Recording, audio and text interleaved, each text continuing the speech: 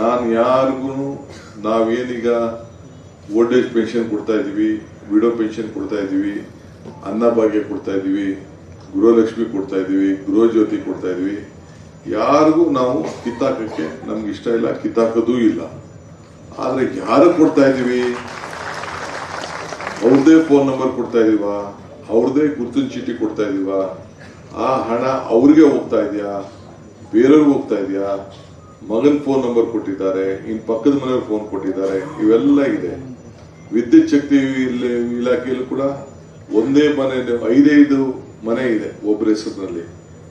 ಅವ್ರದ್ದು 5 ಜನಕ್ಕೆ 5 ಮನೆ ಒಂದೇ ಹೆಸರಿದೆ. ಅದಕ್ಕೆ ನಾವು ದಾಖಲೆ ತಗೋಬೇಕಲ್ಲ, ಯಾರು ವಾಸ ಮಾಡ್ತಾ ಇದ್ದಾರೆ, ಏನ್ ಮಾಡ್ತಾ ಇದ್ದಾರೆ, ನಮ್ಮ ರಾಜ್ಯದವರ, ಹೊರಗಡೆ ರಾಜ್ಯದವರ ಗೊತ್ತಾಗಬೇಕಲ್ಲ. ಈಗ ಸುಮಾರು ಬೆಂಗಳೂರು ನಗರದಲ್ಲಿ ಹೆಚ್ಚು ಕಮ್ಮಿ 20,000ಕ್ಕೂ ಹೆಚ್ಚು ಜನ, 20 ಲಕ್ಷಕ್ಕೂ ಹೆಚ್ಚು ಜನ ಹೊರಗಡೆಯವ್ರು ಬಂದು ಇಲ್ಲಿ ವಿವಿಧ ರೀತಿಯಲ್ಲಿ ಕೆಲಸ ಮಾಡ್ತಾ ಇದ್ದಾರೆ. ಅವ್ರ ಓಟ್ ಇಲ್ಲಿದೆಯಾ, ಹೊರಗಡೆ ಇದೆಯಾ, ಏನು, ಇದನ್ನೆಲ್ಲ ಮತ್ತೆ ಪರಿಶೀಲನೆ ಮಾಡಬೇಕಲ್ಲ. ನಾವು ನಮ್ಮ ರಾಜ್ಯದಲ್ಲಿರುವಂತ ಮತದಾರರಿಗೆ ಶಕ್ತಿ ಕೊಡಬೇಕು, ಹೊರಗಡೆಯವ್ರಿಗೆ ಶಕ್ತಿ ಕೊಡಬೇಕು. ಅಲ್ಲೂ ಏನಾದ್ರು ಏನಿದೆಯೇ, ನಾವು ಯಾರು ಇಲ್ಲಿ ಓಟನ್ನ ಉಳಿಸ್ಕೊಂಡಿದ್ದಾರೆ, ಯಾರಿಗಿಲ್ಲಿ ಮತದಾನದ ಹಕ್ಕಿರ್ತದೆ ಅವ್ರಿಗೆ ಕೊಡಬೇಕು ಅನ್ನೋದು ನಮ್ಮ ಮೊದಲನೇ ಕರ್ತವ್ಯ. ಆ ದೃಷ್ಟಿಯಿಂದ ಬೇರೆಯವ್ರಿಗೂ ಆಶ್ರಯ ನಾವು ಕೊಡಕ್ಕೆ ನಮ್ಮ ರಾಜ್ಯ ತಯಾರಿದೆ. ಆದ್ರೆ ಅವ್ನು ಓಟೇ ಇಲ್ಲ ಅಂತಂದ್ರೆ ನಾವ್ಯಾಕೆ ಮಾಡಬೇಕು? ಬಸ್ಸಲ್ಲೂ ಅಷ್ಟೇ. ಸೊ ಅದಕ್ಕೆ ಬಸ್ಸು ಕೂಡ ಈ ಮುಂದಕ್ಕೆ ಗುರುತಿನ ಚೀಟಿ ಕೊಡಬೇಕು ಹೆಣ್ಮಕ್ಳಿಗೆ ಅಂತ ತೀರ್ಮಾನ ಮಾಡಿದ್ದೇವೆ, ಐಡೆಂಟಿಫಿಕೇಶನ್ ಕಾರ್ಡು. ಹಿಂಗೆ ಗೃಹಲಕ್ಷ್ಮಿ ಕೂಡ ಗುರುತಿನ ಚೀಟಿ ಕೊಡಬೇಕು ಅಂತ ಮಾಡಿದ್ವಿ. ಹಿಂಗೆ ವಿದ್ಯುತ್ ಶಕ್ತಿಯಲ್ಲೂ ಕೂಡ ಯಾರ ಮನೆಯಲ್ಲಿ ಮಾಡ್ತಾ ಇದೀವಿ ಅದನ್ನ ಮಾಡಿ ಅವ್ರ ಫೋಟೋ, ಅವ್ರ ಫೋನ್ ನಂಬರು ಒಬ್ಬೊಬ್ರು ಎಲ್ಲರೂ ಕೂಡ ಮಾಡಬೇಕು.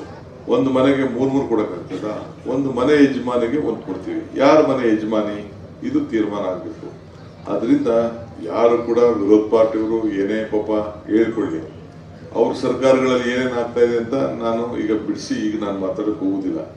ಬಿಹಾರಲ್ಲಿ ಏನಾಗ್ತಾ ಇದೆ, ಅಸ್ಸಾಂ ಏನಾಗ್ತಾ ಇದೆ, ಮಹಾರಾಷ್ಟ್ರ ಏನಾಗ್ತಾ ಇದೆ, ನಾನು ಅದನ್ನೆಲ್ಲ ಈಗ ನನ್ನ ಚರ್ಚೆ ಮಾಡಕ್ ಹೋಗುದಿಲ್ಲ.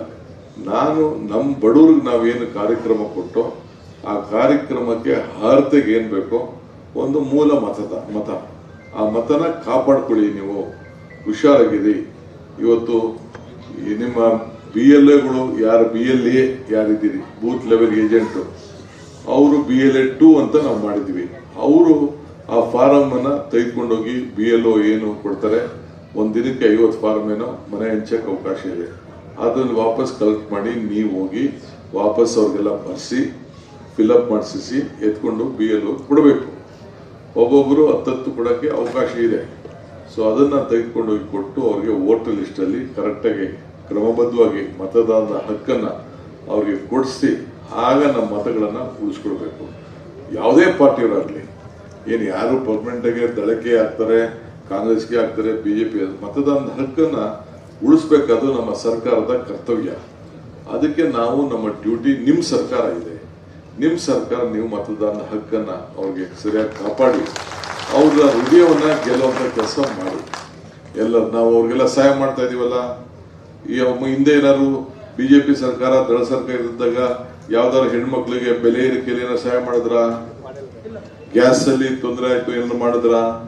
ಈಗ ಬೆಲೆ ಏರಿಕೆ ಜಾಸ್ತಿ ಆಗಿದೆ ಏನೋ ಸಹಾಯ ಮಾಡಿದ್ವಾ? ನಾವು ಪ್ರತಿ ಕುಟುಂಬಕ್ಕೂ ಸರಾಸರಿ ವಿದ್ಯುತ್ ಶಕ್ತಿ 200 ಯೂನಿಟ್ಗೆ ಸುಮಾರು 1,500 ರೂಪಾಯಿ ಖರ್ಚಾಗ್ತದೆ. 2,000 ರೂಪಾಯಿ ಅಕೌಂಟ್ಗೆ ನೇರ ಹೋಗ್ತಾ ಇದೆ. ಅಕ್ಕಿ ಕೊಡ್ತಾ ಇದೀವಿ, 10 kg ಅಕ್ಕಿ ಕೊಡ್ತಾ ಇದೀವಿ. ತಿರ್ಗಾ ಎಲ್ಲ ಹೆಣ್ಮಕ್ಳುಗಳೆಲ್ಲ ಬಸ್ಸಲ್ಲಿ ಓಡಾಡ್ತಾ ಇದಾರೆ, ಅವ್ರಿಗೆಲ್ಲ ಫ್ರೀ ಕೊಡ್ತಾ ಇದೀವಿ. ಸರಾಸರಿ 5,000 ರೂಪಾಯಿ ಆಗ್ತದೆ. 5,000 ವರ್ಷಕ್ಕೆ 60,000 ರೂಪಾಯಿ, 65,000 ರೂಪಾಯಿ ಅಷ್ಟು ಕೊಡ್ತಾ ಇದೀವಿ. 2-3 ಜನ ಹೆಣ್ಮಕ್ಳು ಇದ್ರೆ ಅದು ಬೇರೆ ಎಕ್ಸ್ಟ್ರಾ ಖರ್ಚಾಗ್ತಾ ಇದೆ. ಸೊ ಅದಕ್ಕೆ ನಾವು ಅವ್ರಿಗೆಲ್ಲ ಸಹಾಯ ಮಾಡ್ತಾ ಇದೀವಿ. ಅದು ಸರಿಯಾದ ರೀತಿಯಲ್ಲಿ ಅವ್ರು ಉಪಯೋಗಿಸ್ಕೊಡ್ಬೇಕು, ಅವ್ರ ಬದುಕಿನಲ್ಲಿ ಒಳ್ಳೇದಾಗಬೇಕು.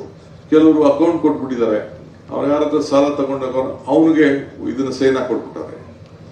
ಅವನು ನೇರವಾಗಿ ಅವನಿಗೆ ತಗೊಂಡು ಡ್ರಾ ಮಾಡ್ಕೊಂಡು ಅವನು ಹೋಗ್ತಾ ಇದ್ದಾನೆ. ಇವೆಲ್ಲ ಕೂಡ ನಾವು ಇದನ್ನ ಪರಿಶೀಲನೆ ಮಾಡ್ತಾ ಇದೀವಿ.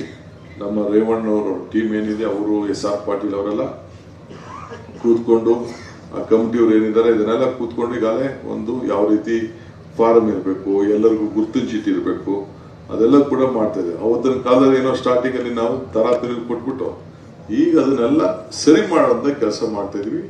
ಯಾವುದು ತೆಗೆದಾಕಕ್ಕೆ ಹೋಗಲ್ಲ. ಬಟ್ ನಮ್ಗೆ ಅವರು ಯಾರು ಕೊಡ್ತಾ ಇದೀವಿ ಅನ್ನೋದು ಸರ್ಕಾರದ ಗಮನಕ್ಕೆ ಬೇಕು. ಈ ಕೆಲವರು ಸುಮಾರು ಸುಮಾರು ಎಷ್ಟು ರೇವಣ್ಣ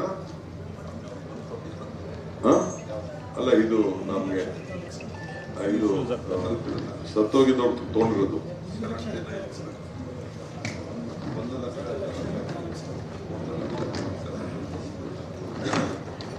1 ಲಕ್ಷ ಚಿಲ್ಲರೆ 14,000 ಜನ ಸತ್ತೋಗಿದ್ದಾರೆ.